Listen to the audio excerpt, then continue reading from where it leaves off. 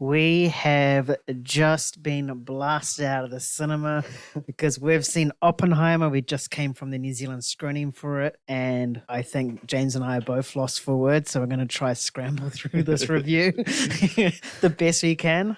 James, what do you think of Oppenheimer? Oh man, it was a heavy movie. There's so much to unpack with this one.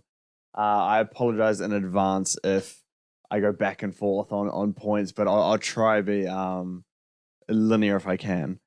So yeah, basically, what Nolan does here, I think, is just incredible, especially from a character point of view.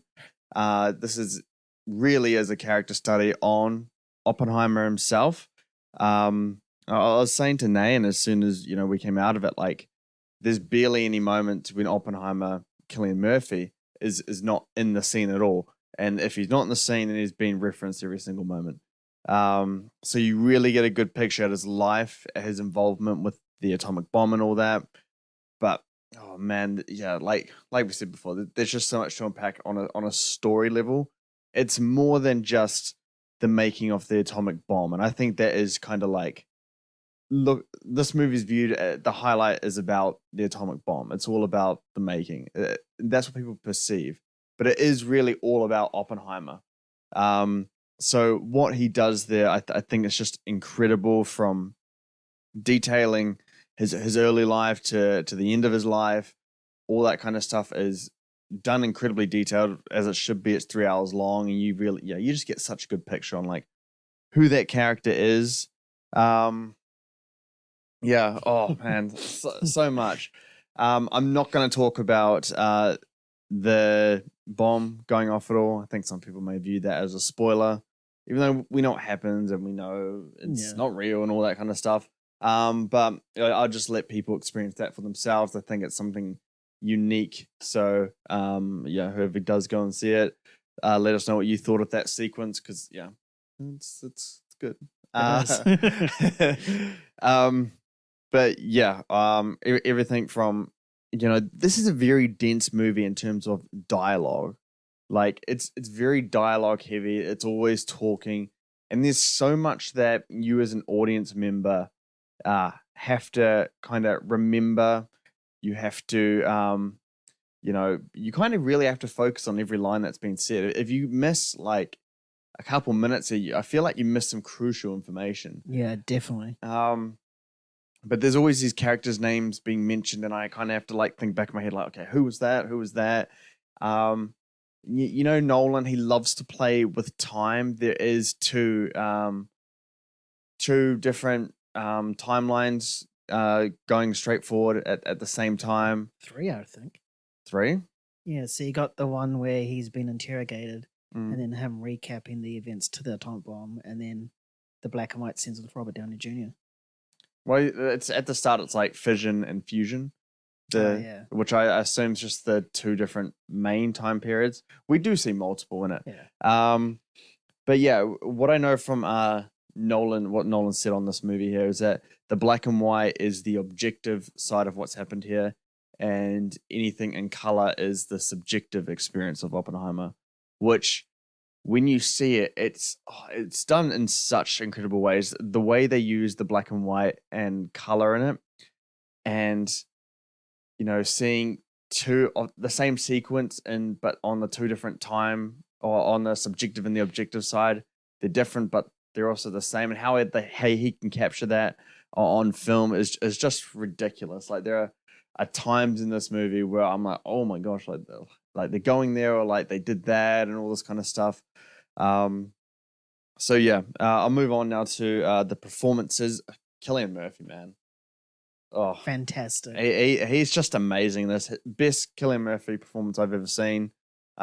Career defining for him. Honestly, like he's so in character 100% of the time, and this movie, it lives or dies on him. Honestly, without his performance here, you're not going to get as quality of a movie. He embraces the character on a physical level, the weight loss and all that kind of stuff, chain smoking, whatnot. But also, through dialogue, through the emotional moments, going through anxiety, all that kind of stuff.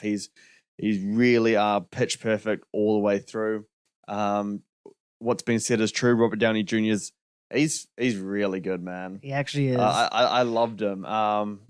It's just it's so different, and it's just so refreshing to see, Robert Downey Jr. doing Proper acting. proper acting. Yeah, we'll call it that. But he said it was the best thing he's worked on, or like his best work, or something along those lines. And I don't think I'd have to go. I can't say that right now. I'd have to look at the rest of his filmography. But yeah, he's brilliant, and it's nice to see that kind of stuff. I thought Emily Blunt was great in the moments that she's in, but she's not really in too much as well. Same with Matt Damon. I thought he'd been in more. Me too. Yeah. He's really not. But overall, man, the ensemble cast is great. You're getting like just such massive names, just even if they pop in for a minute Yeah. or something, like it's just so cool to see it. It's like, oh yeah, and like it's really cool seeing like kind of big, or big and respected actors coming in and just taking a very brief side role. Yeah. And I think that was really cool. I thought the editing and pacing perhaps could be tightened a little bit more, or having the structure, changed a little bit. I think the pacing for the most part is really strong. There are points at times when I think it does begin to drag, but just through really intense filmmaking, it really picks up a lot of steam at times. And just like I said, like what I said before with the time stuff, Nolan and his editor, I think it's Jacqueline. I forgot the name. But yeah, playing with time and editing is a really, really difficult thing to do, and they play it off beautifully here. I thought it just worked out really well. Visually, I don't really know what Nolan was smoking when he said there's no CGI shots, because there is CGI in this movie. And you will see that. I don't know exactly what he meant by no CGI shots, unless it's all practical. Don't know how. It's not practical. I mean, there's a VFX team that worked on this, so I don't know what he meant there, but yeah, like for the most part, everything is practical, and anything that is CGI is extremely minuscule and kind of blended perfectly. Yeah. Visually, a beautiful movie. We saw this in IMAX. Honestly, go see this in IMAX. There's no other experience for it. It's just it's so much more grander when it's in IMAX, and in that like 1:43:1 aspect ratio. It's just absolutely insane at times. But it's shot really well. I think it is probably one of the best shot Nolan movies out there in terms of like just pure cinematography level. The extreme close-ups on Cillian Murphy's face alongside his brilliant acting were just amazing. And the ending, it's like, oh man, and just the way they did lighting when it's kind of going through, anxiety, panic attack modes, I thought was just brilliant as well. Some really cool stuff there. Obviously practical, the set design and the production design and the locations, all practical. I don't really need to talk too much to that, because we just know it's quality, it's all genuine. I think they literally built a town in the same way that the Manhattan Project did. So he's kind Wouldn't surprise me. Exactly, yeah. The score. The score is just phenomenal. I was saying to Nan as we were walking out of it, I'm like, this kind of just proves that Nolan is his own master when it comes to music in his movies. He knows how the music and the score should be for his films. And, what they do here is they just really build something so powerful, just especially for like Oppenheimer's theme, with the violin strings on it and how it plays with how he's feeling in the moment. I think it's beautiful. It's grand. Just the sound effects and the sound editing. There's some really powerful sound editing moments that you get in this, and you know it from a Nolan movie that they're powerful, they're realistic, and yeah, I just love when like directors, they put so much effort into the audio side of the film watching experience. because that is technically half the movie, you know. So allowing that part of it alongside great visuals, oh man, it's just it's a masterpiece come together. I genuinely believe at this point in time that this is Nolan's best movie. As objective as I can be, I wouldn't say it's my favorite just yet. I do think they will always belong to Inception in some capacity. That's just my own personal favorite movie. But yeah, just in terms of all the elements coming together, this is, you know, Nolan's magnus opus for now. Man, I unpacked what I could, man. I'm sure we got like another half an hour worth of content, but what do you think about this movie? Pretty much you summed it up nicely. Yeah, I agree with you. I think this is probably one of Nolan's best, if not the best, film that he's made so far. I definitely think he should get an Oscar nomination for best directing. Just because it's quite appeasing to the Oscar or Academy, you know, like it's not a big major blockbuster. It's a lot more grounded and it's got a fantastic story. And just the way that he manages to play everything out is just fantastic. So I really hope he does get nominated along with Cillian Murphy as well. Because if he doesn't get nominated for Best Actor, that's a crime. Then that is a genuine snub. Like fucking hell. Yeah. I agree with you on the pacing. It could have probably been a bit shorter. Didn't have to reach that 3-hour mark. I think anything to do with Florence Pugh's character probably could have been cut out. Because it's probably like the most minuscule to the actual story. Like it didn't have any big relevance. I think it had relevance to the Oppenheimer character. You reckon?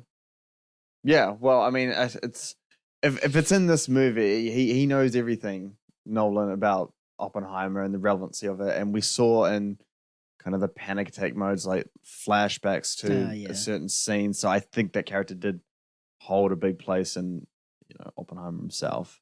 No, you could still cut it. I don't know where you do genuinely cut with it though, but me neither. Because I think every scene is so integral. Like as you said before, you can't go to the bathroom in this because if you do, you're going to come back and be like, "What the fuck happened?" Yeah. So go twice before if you have to, 3 times. I did it twice. He did it twice. Yeah. Twice before the film. Just don't go during this film for sure.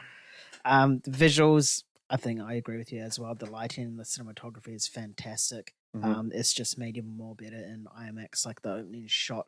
Yeah. Like you're not expecting like one of the first shots to be a close up of Cillian Murphy and boom, there it is. And it's like, holy crap. Yeah. Because it's full on IMAX scope. So you can actually feel as if he's right there. Cillian Murphy is looking right at you. Score, I agree with you on the score. Ludwig Göransson did an amazing job. Second film he's composed for Nolan after Tenet, and I think it's probably I think the reactions are right, it's probably one of Nolan's best scores in a film so far. And I hope he gets nominated for Best Composer or something, because just the way that he didn't quite, like he used instruments, but he also used like bodies as well, like feet stamping, and all incorporated that into his score. And it wasn't just for one scene, like that was throughout the whole entire film. So it's just real great creativity from the composing front, not to use musical instruments, but just everyday items or body parts to create a real unique score. I don't think I have anything else to say because you just covered everything. I agree with you on Robert Downey Jr. I think so besides Cillian Murphy, would you say Downey's a standout amongst the ensemble? Yeah, definitely. It'll definitely be Cillian Downey, and then Emily Blunt, even though she only had probably not that big of a screen time, but whenever she was on screen, she definitely made most of it. I think there wasn't a bad performance. Like every single one was just fantastic. Like even when Huey from The Boys came on, like you'll always see him as Huey, but he was still fantastic in that role, you know, and Josh Peck as well, and even like Dane DeHaan, Dane DeHaan. Benny Safdie as well was really good. Dude that played Solo, what's his name? Alden Einrich or something like that. Yeah, like everyone was just fantastic in it, and it just goes to show that Nolan understands talent, and he can literally bring the best out of any actor or actress working today, and this movie is just proof of that. I mean, look what he did with Harry Styles. Look what he did with Harry Styles. And Literally, we've seen Don't Worry, Darling. So yep. Pretty much, yep. yeah. So Harry Styles should just stick with Christopher Nolan. Yeah. Or just stick to music. Yeah, pretty much. I don't even know what questions to ask you because I think we've just covered everything. I mean, I would have asked you, do you think it's the best Nolan film? But you answer that. I do think so. I'm more interested, though, on where this will be on my all-time list. Because I think it has a shot to kind of make, perhaps top 20. And, 20 for someone like me and you who watch like a lot of movies is very, very significant. Yeah. What I would ask you is, I think Spider-Verse is your favorite movie of the year. You can correct me if I'm wrong. Does this triumph that? Is Spider-Verse number one of the year so far? Yeah. It's funny because I've only seen both films once, technically. Oppenheimer. I've only seen it once from making this comment. Hey, we nearly saw Spider-Verse twice. That's another story for another day. We won't go into that. Yeah. I think in terms of enjoyability, it'll probably be Spider-Verse, but in terms of if I had to sit down and be like, what is the actual best film, in my opinion, I'll probably pick Oppenheimer. Yeah. I'm obviously going to see both films more by the time we do our top 10, so I feel Oppenheimer might have a real good shot at that number one spot, but yeah, I think they're quite even, if not just Spider-Verse is a touch ahead for me. Yeah, because I've seen Spider-Verse 3 times. And every viewing has been great. It's super fun, and it is obviously as good as when we first spoke about it. I think with Oppenheimer, I think I missed like quite a few things in there in terms of characters and storylines.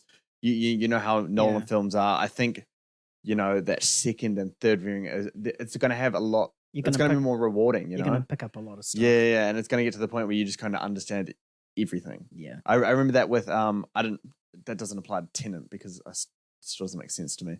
That one's way confusing. It never will. Yeah. There's university professors out there dedicating their lives to understand that film, and they never will.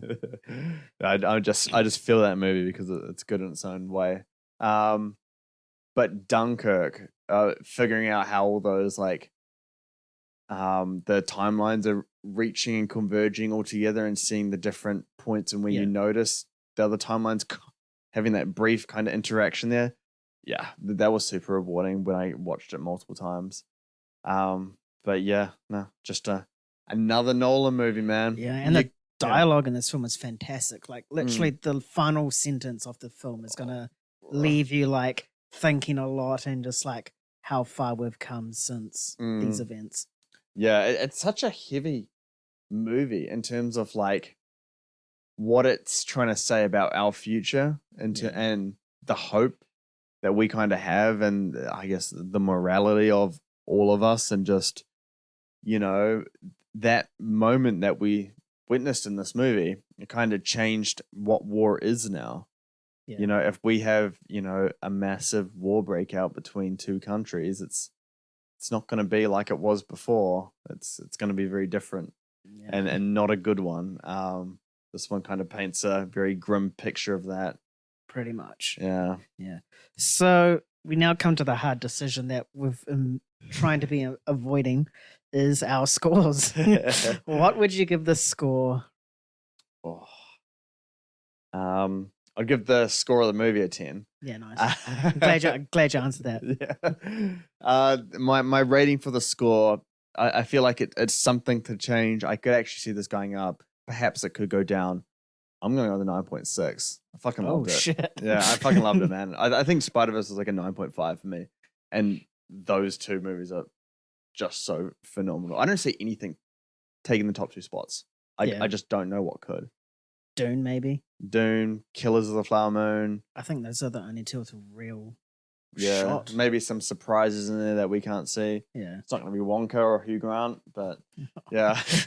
What's your score for the movie? My one's 9.4 Yeah. out of 10. Mm-hmm.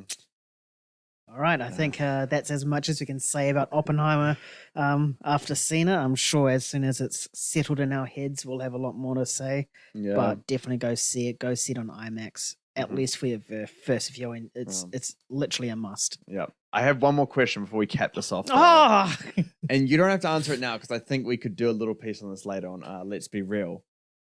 but Christopher Nolan's already extremely highly regarded amongst directors working today and of all time. The answer is yes. I already know where you're going. No. Just whereabouts does it bump him up in terms of the all-time list? And I know you don't have a sheet in front of you with all the directors, but this is definitely going to bump him up, right? Oh, definitely. He's definitely on the platform of the Scorseses and the Spielbergs, for sure. This locks him in there. The big ones. Like if there was a thing higher than A-list, so that's what the platform would be. Yeah, I think this movie cements him in tier 1 of directors. Definitely, that's the word I was looking for. And that's like 15 of all time. Yeah, definitely.